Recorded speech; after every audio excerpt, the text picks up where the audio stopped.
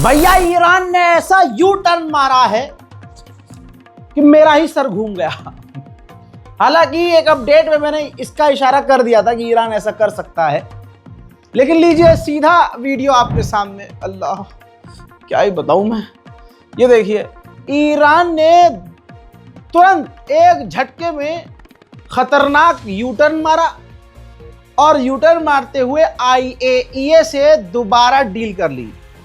IAEA और Europe से लगातार ईरान बात कर रहा था पिछले 4 दिनों से, बीच बीच में बात हो ही रही थी। अब 2-3 दिनों से बहुत डिटेल में बात हुई और उसके बाद IAEA के चीफ को आप देख रहे हैं और आप ईरान के विदेश मंत्री को देख रहे हैं। इजिप्ट के अंदर दोनों ने, यानी IAEA के चीफ ने और ईरान ने डील कर ली है। अब इसके बाद IAEA एक बार फिर से ईरान की तमाम न्यूक्लियर फैसिलिटी की जांच कर सकता है।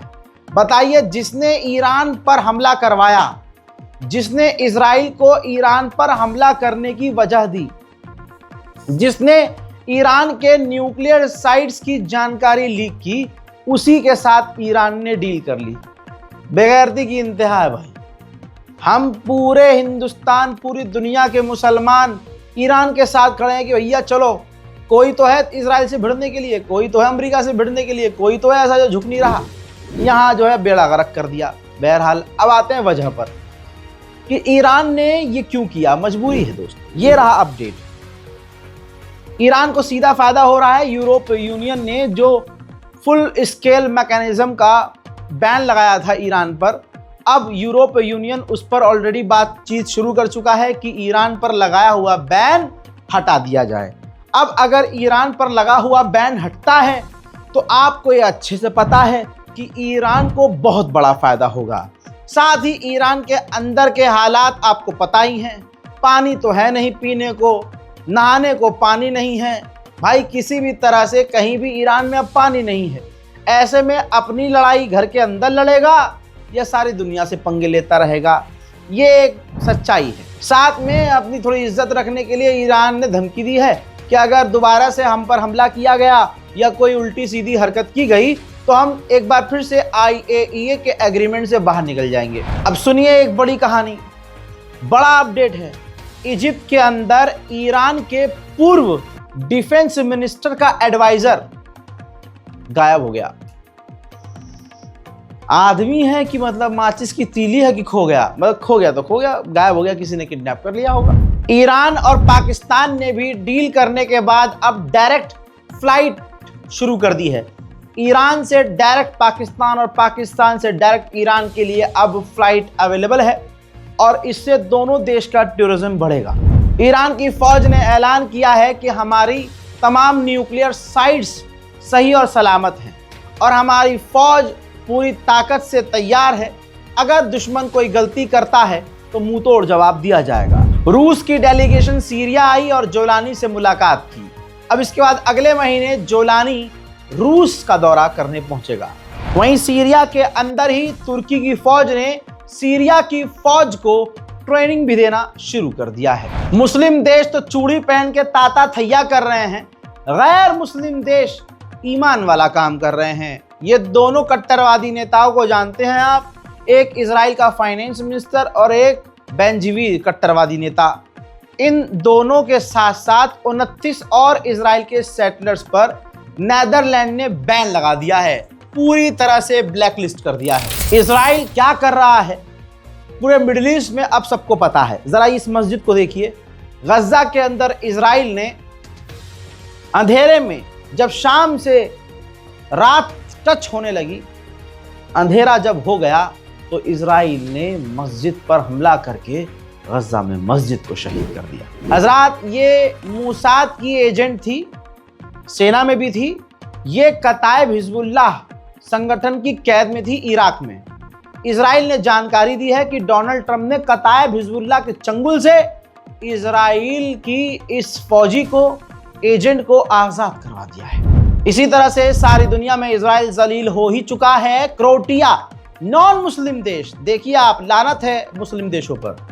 क्रोएशिया देश के प्रधानमंत्री ने इजराइल के विदेश मंत्री से मिलने से इनकार कर दिया, यह कहते हुए कि इजराइल जेनोसाइड कर रहा है। इजराइल के विदेश मंत्री ने धमकाते हुए कहा कि यूरोप के कई देश, अगर जो भी देश कूद कूद कर आगे आ रहे हैं और फिलिस्तीन को मान्यता देना चाह रहे हैं, तो वो देश अपने ही मुल्क में, अपनी ही सरजमीन पर फिलिस्तीन स्टेट बना ले।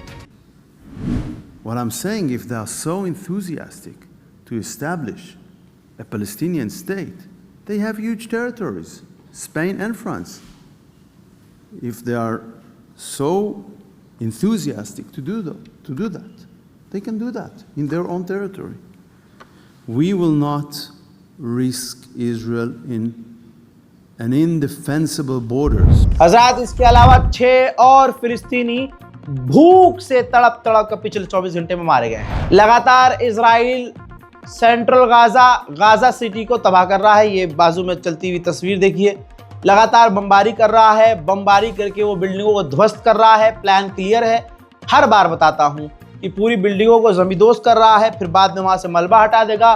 खाली और सपाट ज़मीन वो इजराइल को मिल जाएगी और डोनाल्ड ट्रंप इससे खुश हो जाएगा। ट्रंप के नाम का वहाँ टावर बनेगा, ट्रंप के नाम की सड़कें बनेंगी। ये इजराइल का प्लान। लानत हो अरब देशों पर, ये कुछ नहीं कर रहे जितने गैर मुस्लिम देश कर रहे हैं। स्पेन के प्रधानमंत्री ने एक बड़ा ऐलान फिर किया।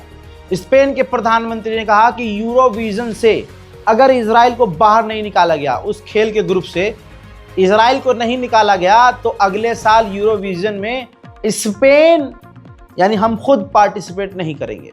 ये होता है बाइकआउट। ये अरब देशों को देखो, हम निंदा करते हैं, निंदा करके यहूदी बीवियों की कमर में हाथ डाल के बिस्तर पे चले जाते हैं। ये ससुरे सोचते हैं सफ़ेद झब्बा पहन रहे हैं, अबा कबा मामा पहनने हैं, तो हमसे बढ़िया कोई मुसलमान है ही नहीं। ये सच्चाई है अरब की। स्पेन ने बेंजीवीर और उसके और भी कई नेताओं को बैन कर दिया है। तो बेंजीवीर ने सोशल मीडिया पर लिखा स्पेन को संबोधित करते हुए कि अगर आप मुझे नहीं आने दे रहे हो तो मत आने दो, लेकिन गाजा और फिलिस्तीन के लोगों को फ्री एंट्री दो, उनको आने दो और उनको रख लो अपने यहाँ। एक बार फिर से फिलिस्तीन के वेस्ट बैंक की एक मस्जिद के अंदर इजराइल के सैनिकों और सेटलर्स ने घुसकर तबाही मचाई है। अल्लाह अकबर। देखिए,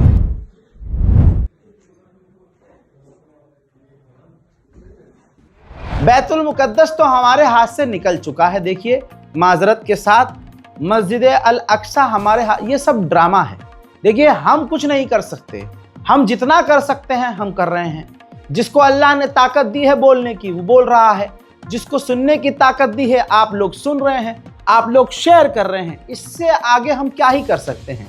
लेकिन जिनके पास ये ताकत है, अरब ममालिक, जो इजराइल को एक रात के अंदर अंदर पानी पिला सकते हैं, उनकी खामोशी और चुप्पी और इजराइल से दोस्ती का रिजल्ट अब ये है कि बैतुल मुकद्दस के अंदर आज मुसलमान नहीं, यहूदी भर भर कर जा रहा है।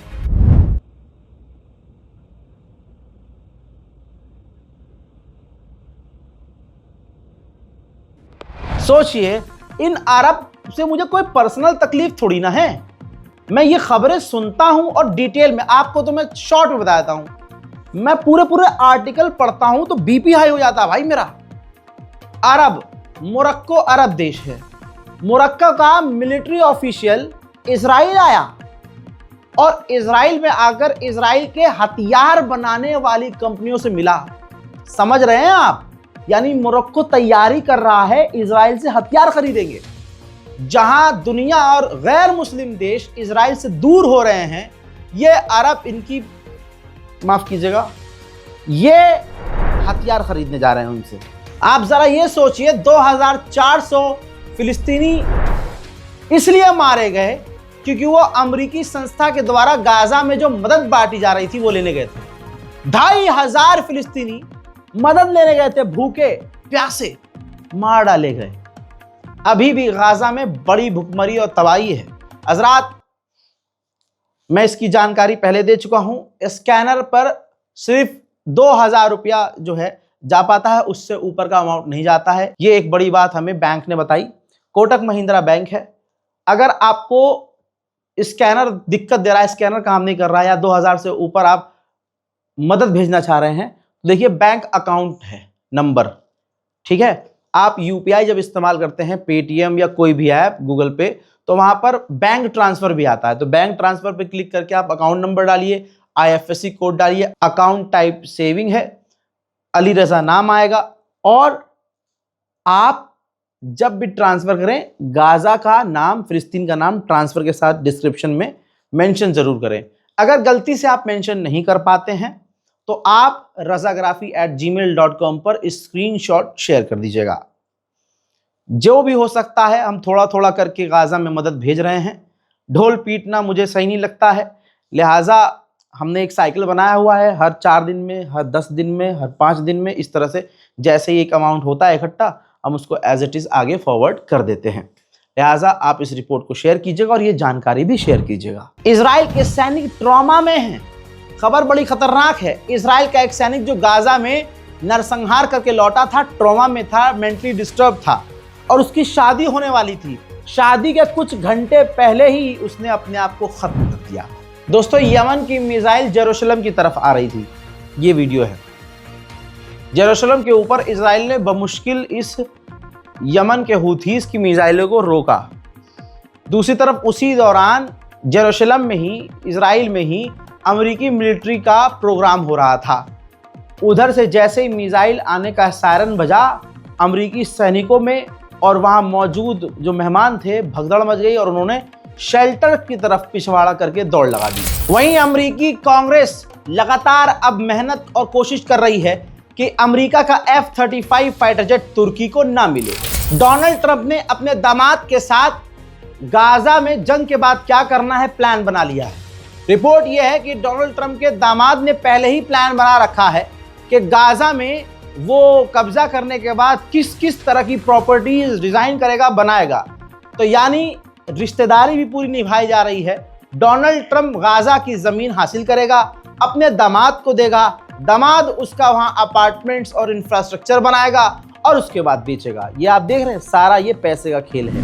कतर के दोहा पर जब इजराइल ने हमला किया तो उस बारे में व्हाइट हाउस ने एक बड़ा खुलासा कई घंटे के बाद किया कि जब इजराइल ने दोहा में हमला किया तो ट्रंप के कई एडवाइजर और व्हाइट हाउस शॉक में था, क्योंकि इजराइल ने हमला करने से पहले किसी को बताया ही नहीं। मई 2025 में ही देखिए ये कितने सुअर की नस्ल हैं। ये पड़ोस की पैदाइश है ट्रंप जैसे, ये किसी के से नहीं। पहले इसने भारत को धोखा दिया, इसने हर देश को धोखा दिया। ये हराम के पिल्ले हैं, ये गंदी नाली के कीड़े हैं इनकी। दोस्तों, मई 2025 में ये तस्वीर देखिए, जब डोनाल्ड ट्रंप कतर आया था तो कतर के अय्याश आवारा बेहुदा अमीर ने $400 मिलियन का, जी हाँ दोनों ही कुत्ते हैं, $400 मिलियन का बड़े वाले कुत्ते को बोइंग लग्जरी जहाज दिया। उड़ता हुआ होटल, चलता फिरता उड़ता हुआ बोइंग होटल, जहाज नहीं सारा पूरा होटल था। $400 मिलियन का मई में ये गिफ्ट किया और ट्रंप ने आज उसी कतर पर हमला करवा दिया। ये है अरब, अमेरिका का पिछवाड़ा चाटते रहते हैं और अमेरिका इनकी बजाता रहता है। वो अमेरिका थूकेगा, ये चाटे। जब पूरी दुनिया में अमेरिका को जलील किया जाने लगा कि वाह गिफ्ट भी लेते हो, दोस्त भी बताते हो कतर को और हमला भी करवाते हो, तो ट्रंप ने लंबी चौड़ी क्लेरिफिकेशन दी। ट्रंप ने कहा कि इजराइल ने जो हमला कतर पर किया उसमें ना हमारी रजामंदी थी, ना हम शामिल थे। इस हमले के बाद मैंने अपने ऑफिशियल से कह दिया है कि अरब देशों के साथ डिफेंस की डील कर ली जाए। सवाल यह है कि ये सफेद सुअर, क्या आपको लगता है कि कभी डील होने के बाद भी किसी अरब देश पर इजराइल हमला कर देगा तो अमेरिका इजराइल के खिलाफ कुछ बोलेगा? बिल्कुल नहीं बोलेगा। सवाल सफेद सुअर से कोई ये कर दे, मुझे कोई अमेरिका भेज दे यार, कसम खुदा की, और एक घंटा बहुत ज़्यादा हो गया, 1 घंटे में मर जाएगा वो, 15-20 मिनट मुझे ट्रंप के सामने बैठा दो भाई, ना उस, मैं बता रहा हूँ, उसकी फुन्नो सुझा दूंगा घुसन मार मार के, बातों के घुसन मारूंगा। इस सफेद सुअर से ये पूछो कि जब तू ये कह रहा है कि इजराइल ने हमसे पूछे बिना किया तो अमेरिका की इसमें बेइज्जती नहीं है?